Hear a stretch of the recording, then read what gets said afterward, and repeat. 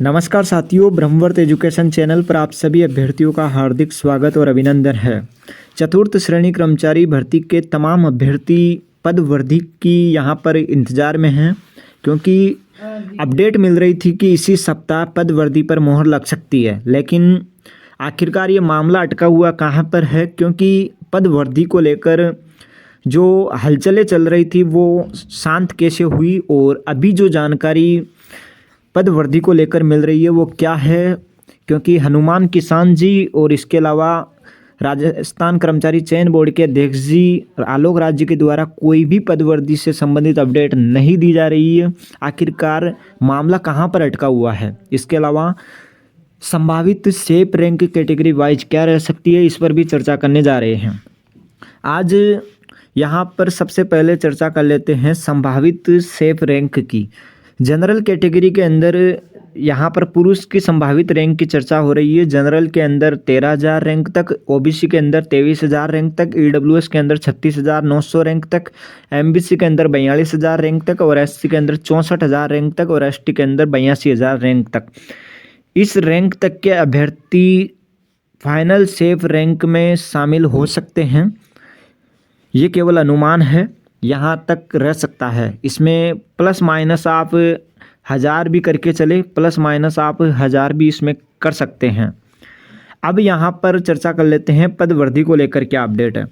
राधे मीणा जी के द्वारा अपडेट दी गई है, हालांकि अपडेट कितनी सही है कितनी गलत है किसी को नहीं पता, क्योंकि जब तक कर्मचारी चयन बोर्ड के अध्यक्ष जी के द्वारा कोई ट्वीट या फिर अधिकारी कोई अपडेट नहीं आ जाती तब तक विश्वास नहीं कर सकते किसी पर भी। यहाँ पर हनुमान किसान जी भी कोई अपडेट नहीं दे रहे हैं, आलोक राज जी भी कुछ अपडेट नहीं दे रहे हैं। आलोक राज जी ने पहले बोला था कि हम संबंधित विभागों से चर्चा कर रहे हैं, जैसे ही जानकारी मिलेगी बता देंगे, लेकिन अभी तक आलोक राज जी का कोई ट्वीट नहीं आया है। वही लाखों अभ्यर्थी हनुमान किसान जी के ट्वीट का इंतजार कर रहे हैं, लेकिन हनुमान किसान जी भी जानकारी नहीं दे पा रहे हैं। आखिरकार मामला क्या है, इसको समझाने का प्रयास राधे मीणा जी ने किया है, और राधे मीणा जी ने बताया है कि 20 से 25 विभागों ने अभी तक प्रशासनिक सुधार विभाग के पास रिक्त पदों का डाटा नहीं भेजा है, और जब तक प्रशासनिक सुधार विभाग के पास रिक्त पदों का डाटा नहीं जाएगा तब तक माननीय मुख्यमंत्री भजनलाल शर्मा जी इस संबंध में कोई भी घोषणा नहीं कर सकते। प्रशासनिक सुधार विभाग के पास रिक्त पदों का डाटा जैसे ही पहुँचेगा उसके बाद सरकार और संबंधित विभाग फैसला लेकर भजनलाल जी जो माननीय मुख्यमंत्री जी है वो युवाओं को खुशखबरी दे देंगे। हालांकि उम्मीद की जा रही है कि इस भर्ती के अंदर 6,000 से 7,000 के बीच पद बढ़ाए जा सकते हैं, लेकिन हकीकत क्या है किसी को नहीं पता। हनुमान किसान जी बार बार धरातल की बात करते हैं, लेकिन जब युवा लगातार ये मांग कर रहे हैं कि हनुमान किसान जी आप अपडेट दीजिए चतुर्थ श्रेणी पर, लेकिन अपडेट नहीं दे रहे हैं, इसके पीछे क्या सच्चाई है किसी को नहीं पता। और वित्तीय स्वीकृति को लेकर भी चर्चाएं चल रही है। वो एक पोस्ट वायरल हो रही है जिसमें दावा किया जा रहा है कि फाइल पहले से पेंडिंग में पड़ी हुई है, लेकिन क्या उसकी सच्चाई है, क्योंकि हम मान सकते हैं कि वित्त विभाग में वो फाइल पेंडिंग पड़ी हुई है, लेकिन संबंधित सरकार और विभाग यहाँ पर संबंधित विभाग और जो कर्मचारी चयन बोर्ड है उनका यहाँ पर सकारात्मक रुख है चतुर्थ श्रेणी में पद वृद्धि को लेकर, तो फिर वहाँ पर फाइल पेंडिंग पड़े रहना मुश्किल है।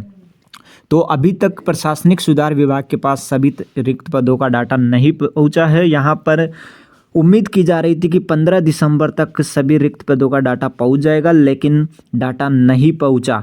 अब यहाँ पर आगे की कोई अपडेट नहीं आ रही है कि कितना समय दिया गया है और क्या कुछ जानकारी अभी तक कुछ भी सामने नहीं आई है। यहाँ पर बताया गया है पूरा डाटा आने के बाद ही ये क्लियर हो पाएगा कि कितने पद बढ़ाने हैं, तभी ही माननीय मुख्यमंत्री भजनलाल शर्मा जी युवाओं को घोषणा यहाँ पर युवाओं को खुशखबरी दे पाएंगे।